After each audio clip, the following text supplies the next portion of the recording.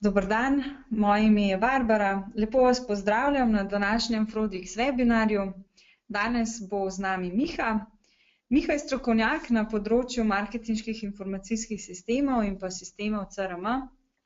Na to temo tudi pogosto predava na različnih seminarjih, zato je več kot prava oseba, da nam pove nekaj več informacij o tem, kako izkoristiti prednosti obeh sistemov, da vaš CRM ne bo ostal oziroma celo postal zelo drag imenik.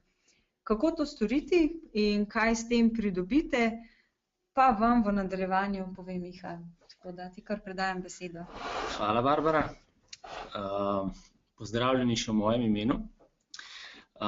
Jaz sem v bistvu za vabilo na tale webinar hotel pripraviti malo drugačen uvodnik, malo drugačno predstavitev, ki je bila vezana na eno prispodobo, jadralsko prispodobo, pa so potem tle moji kolegi rekli, da je preveč pesniška ali pa poetska, ampak kljub vsemu si nisem mogel kaj, da ne bi vsaj za začetek majčkeno tiste prispodobe tudi uporabil.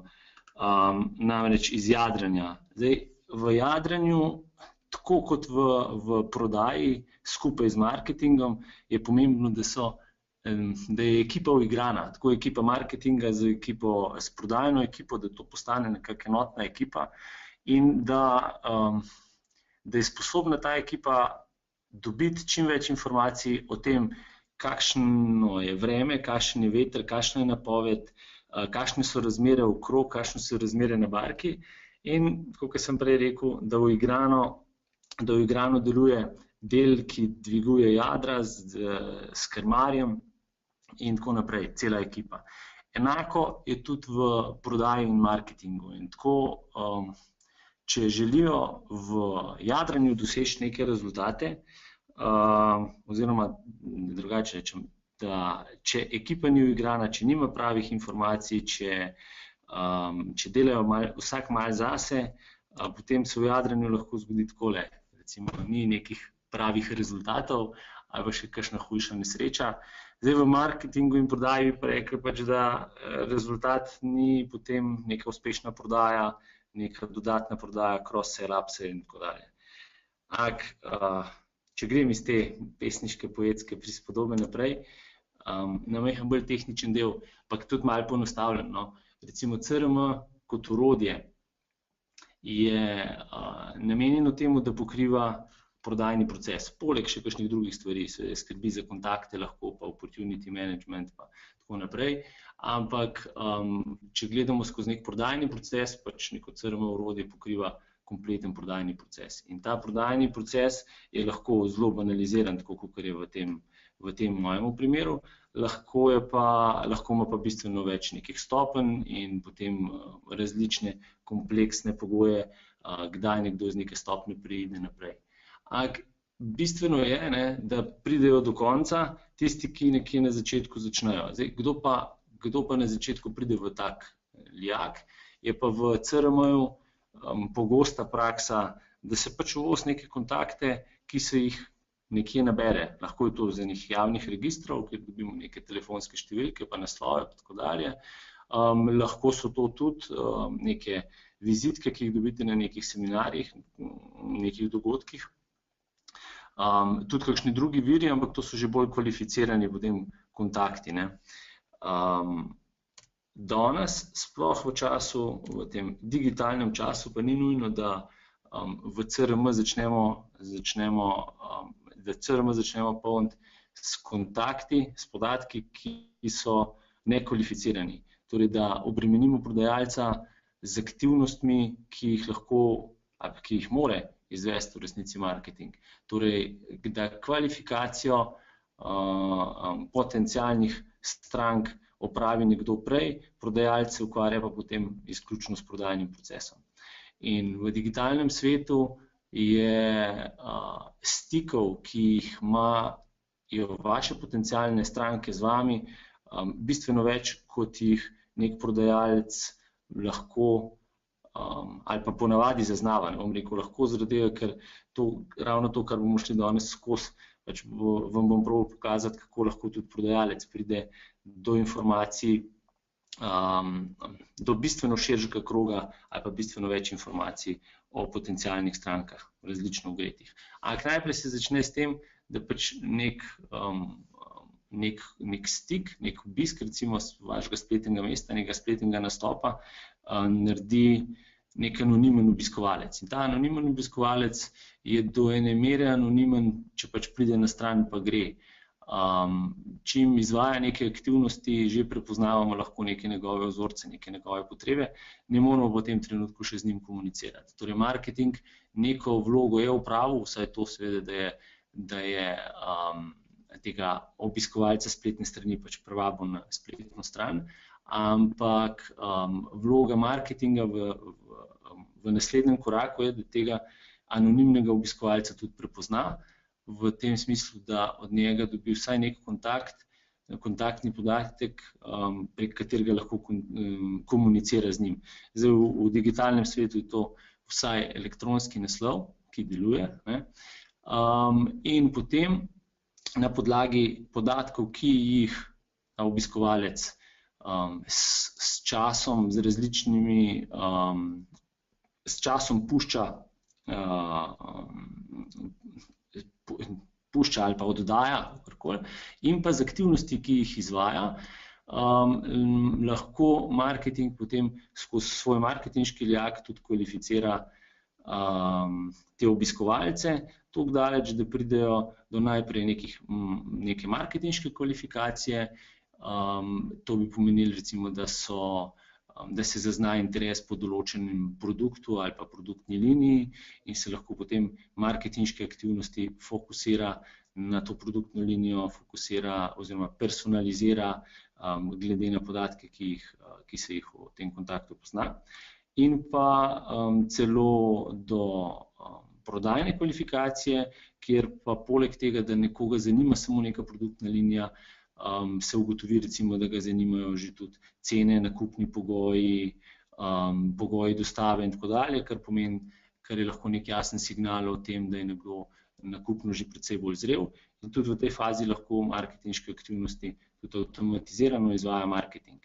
In v tej fazi potem tudi kvalificira te, prej so bili obiskovalci, zdaj pa že pač neki lidi, priložnosti, kakorkoli rečemo, do te mere, da jih proda prodajalcev. Od tam naprej je pa pač vloga prodajalca, da se ukvarja prodajno s temi potenciali. Zdaj, no pa pač tudi doseg, ki generira obiske na spletni strani, je ravno tako pomembna informacija, dostikrat v marketinških aktivnostih in pa potem tudi naprej v prodajnih. In kako recimo izgleda ena taka kartica, to je ena moje kolegice, kartica aktivnosti, ki jih marketing izvaja in ki jih marketing potem tudi beleži, shranjuje in na podlagi katerih se pač avtomatizirano izvajajo dodatne aktivnosti in pa kvalificira uporabnika, obiskovalca. Recimo obisk spletne strani, v tem primeru recimo klik samo ene strani, potem neka dodatna kvalifikacija zaradi nekih aktivnosti, potem ta kolegica moja neke dodatne točke dobila, potem recimo prijava na webinar, to je spet aktivnost, ki ima neko svojo specifiko, torej zanimajo neka določena vsebina, pripravljena se je toliko angažirati, da si je vzela nek čas za to, da se bo udeležila webinarja. Recimo komunikacija po e-mailu, kjer vemo, da je nekdo mail prejel, da je nekdo mail odprl, tudi točno se vidi ob kateri uri, kjer dan, koliko časa je vmes trajalo. So pač vrste aktivnosti, ki so bile v tem trenutku pomembne, predvsem za marketing, za to, kako marketing potem avtomatizira svoje nadaljne aktivnosti in pa kako kvalificira potem takega obiskovalca. Zdaj, še eni dodatni podatki o tem, kaj je ta sodelavka moja delala recimo na naši spletni strani. Vidi se, da je na spletno stran ob tem obisku prišla iz Facebooka, vidimo, da je prišla z navadnim računalnikom, ni prišla z neko mobilno napravo, da je porabila 27, skoraj 28 minut časa. Na eni strani, na seminarjih se je zadržala skoraj 5 minut, tako da je očitno prebrala vse od vejice do vejice. O njej vemo, oziroma na podlagi teh njenih aktivnosti jo lahko do ene mere tudi avtomatično segmentiramo, pač prijavljajo se na ta in še na mnoge druge webinarje, zaradi tega, ker jih pomaga organizirati, potem se rad vedno prijavim, ampak to je način, recimo, kako se avtomatično izvede lahko tudi segmentacija. In pa eno,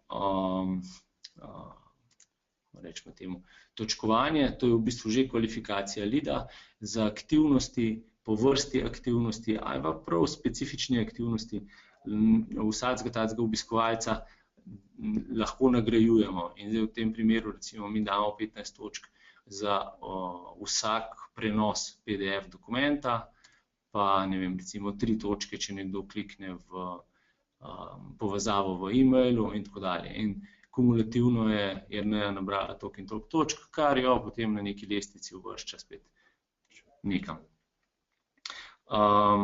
Zdaj, če se vrnem še enkrat malo nazaj, pa da rečete, ok, super, to so vse ene marketinške aktivnosti in izvaja jih marketing. Ja, in vse to, kar smo prej pogledali, v bistvu je z namenom, da nekoga od tam, kjer ni imel še nikoli nobenega stika z nami, ali pa ga je včasih imel, ampak v nekem trenutku, ko nima stika z nami, pripeljamo do tam, kjer ga pripeljamo, torej z njim komuniciramo, ga prepoznavamo, ga kvalificiramo, do tam, kjer ga predamo potem prodajalcu v prodajni proces. Zdaj, če majčkeno poenostavim, kako pa zdaj to naredimo? Kako, kdaj nekoga, pa na kakšen način nekoga lahko prodamo potem v prodajo in na kakšen način se prodajalec lahko potem s pomočjo vseh informacij do takrat zbranih, pa s pomočjo te ogretosti, ki jo je marketing na nekem leadu že naredil, lahko potem prodajno z njim ukvarja. To je zdaj en tak zelo poenostavljen proces, ampak lahko bi rekli, najprej treba nekoga na spletno stran pripeljati. To je bil prvi cilj. Drugi cilj je, da ga prepoznamo, torej recimo, da prenese nek dokument in ob tem, ki je prinesel dokument, razkrije svojo identiteto, preda svoj elektronski naslov, mogoče še ime, priimek, še kakšen dodaten podatek.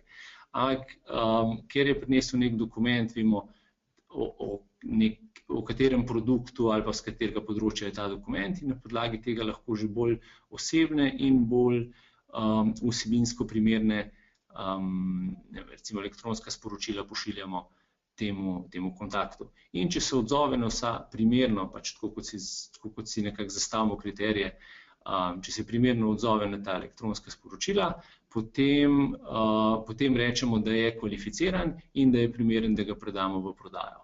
In zdaj, to bi izgledalo tako, da mi lahko v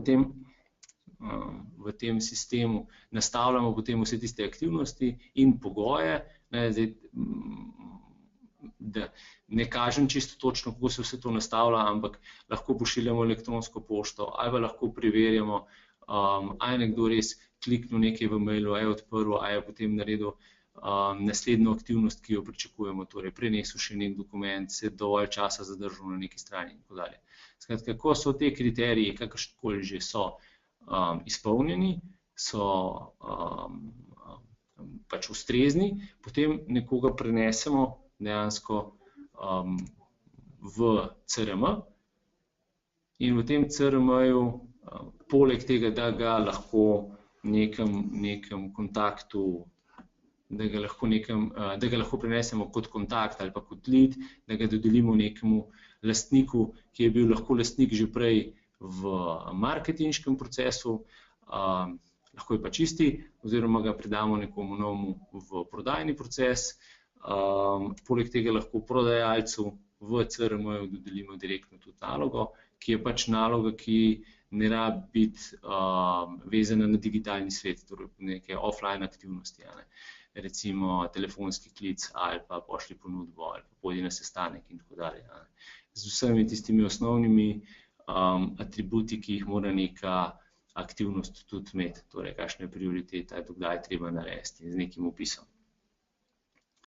No, vse lepo in prav, ampak verjetno se zdaj pa že sprašujete, kje pa vse te koristne informacije lahko prodajalec uporablja. Predvsem, kako se znajde v svojem okolju, kjer redno dela in dobi vse tisto, kar smo prej kazali. No in recimo tole je primer, kako v Salesforceu se pojavijo neki dodatni zasloni, kjer so prikazani različni seznami. Ta konkretno seznam je seznam nekih vročih, recimo potencialnih leadov, kontaktov, ki pa v resnici še niso niti kvalificirani ali pa niti ne preneseni v CRM. Je samo nek pogled iz marketinškega informacijskega sistema in tudi prodajalec lahko za tiste, ki so mu že v marketingu dodeljeni, da je že v marketingu lastnik teh kontaktov, lahko zanje gleda določene aktivnosti, pač v bistvu vse tiste informacije, ki smo jih že prej pregledovali. Poleg tega dobi tudi dostop do enega seznama anonimnih obiskovalcev spletne strani. Zdaj, te anonimni obiskovalci so dostikrat pač nekdo, ki pride na stran, pa tudi iz strani gre, pa se vse, kar se o njemu ve, je z katerega omrežja ali pa ponudnika dostopa do interneta je prišel, ampak za tiste, ki pa pridejo iz nekih večjih okolij, kjer se da omrežje identificirati, recimo v našem primeru je to na tem zaslonu, ne vem, Ljubljanska banka, dva različna uporabnika sta prišla, dva različna uporabnika sta prišla na spletno stran in za enega od teh recimo se vidi tudi, da je pogledal 6 strani, da je skoraj 4 minute preživel na strani in včasih, to recimo za primer tam, kjer se prodajalec ukvarja mogoče z 20 potencialnimi strankami ali pa jih je zanga vsega skupaj 20 zanimivih v Sloveniji in potem, ko se nekdo izmed teh 20 potencialnih strank pa zanimivih podjetij pojavlja na njegovi strani, ko izvaja neke aktivnosti, je lahko tudi to že zelo dobra indikacija. Takrat se bo že potrudil, da bo najdel kontaktne podatke, telefonsko številko, e-mail ali kaj podobnega in tudi kontaktiral potem to podjetje. Takole. No, to je ena klasična kartica enega kontakta ali pa tudi leada lahko v CRM-ju in ta kartica ima pač osnovne informacije, osnovne atribute, dostop do aktivnosti in podobno. Ampak poleg tega se pa, to je spet za našo sodelavko, poleg tega se pa na tej isti kartici nekje spodaj potem, lahko bi se tudi kam drugam na kartico dodali, ampak v tem primeru nekam spodaj, dodajo informacije, ki se potegnejo z marketinškega informacijskega sistema. Zdaj, v tem primeru je Jerneja bila prenesena kot kontakt v CRM, torej njeni atributi so se posinhronizirali v standardna polja, v standardne prostore v CRM-ju. Poleg tega so pa dodane tudi vse tiste informacije, ki jih skozi marketinške aktivnosti skozi čas tudi nabiramo. In tle vidimo, imamo activity stream, torej aktivnosti, ki jih je izvajala Jerneja. Te aktivnosti so, tako kot so bile v tistem marketinškem informacijskem sistemu, razdeljene po vrsti aktivnosti. Tukaj bi jih lahko tudi filtrirali pa pogledali samo določene aktivnosti, recimo za klikanje po spletni strani, torej obisk posameznih strani na spletnem mestu. Tudi tukaj recimo so točno iste informacije, kot smo jih videli v marketinškem informacijskem sistemu. To je spet tale seminar, ki ga je skoraj 5 minut prebirala. In te informacije se pač v resnici v živo pobirajo iz marketinškega informacijskega sistema.